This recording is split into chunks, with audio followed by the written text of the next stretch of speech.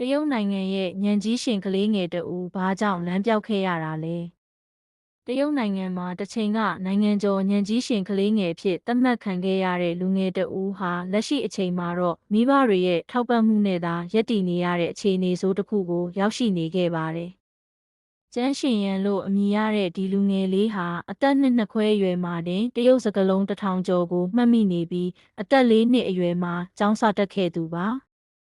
ဖခင်ဖြစ်သူရဲ့အနီးကပ်သင်ကြားပြသပေးမှုကြောင့်အတန်းတွေကျော်တက်ခွင့်ရခဲ့ပြီး6နှစ်သားမှာ9တန်း9နှစ်သားမှာအထက်တန်းအဆင့်ကိုရောက်ရှိခဲ့သလို10နှစ်သားအရွယ်မှာပဲတိတ်အန်ကျင်းနည်းပညာတက္ကသိုလ်ကိုတက်ရောက်ခွင့်ရတဲ့အထိထူးချွန်ခဲ့သူဖြစ်ပါတယ်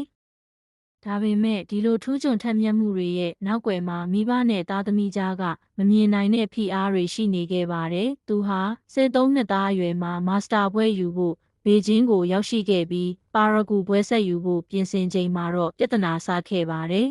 ။အဲ့ဒီအချိန်မှာကျန်းရှင်ရန်ကဘေကျင်းမြို့မှာတိုက်ခန်းတစ်ခန်းဝယ်မပေးရင်ပညာဆက်မတင်တော့ဘူးလို့မိဘတွေကိုရာဇသံပေးခဲ့ပါတယ်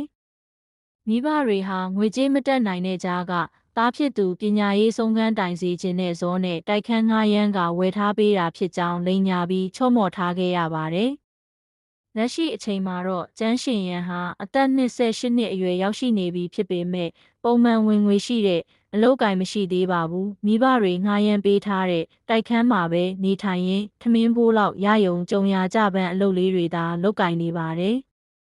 သူကသူ့ဘဝတစ်လျှောက်လုံးမိဘတွေစိတ်တိုင်းကျနေထိုင်ပေးခဲ့ရတာကြောင့်အခုအချိန်မှာမိဘတွေကသူ့ကိုတာဝန်ယူထောက်ပံ့ပေးတဲ့နယ်လို့ခံယူထားပါတယ်မိဘတွေဘက်ကလည်းသားဖြစ်သူကိုငယ်စဉ်ကတည်းကအရွယ်နဲ့မမျှအောင်ဖိအားပေးတွန်းပို့မိခဲ့တဲ့အပေါ်နောင်တရနေကြပါတယ်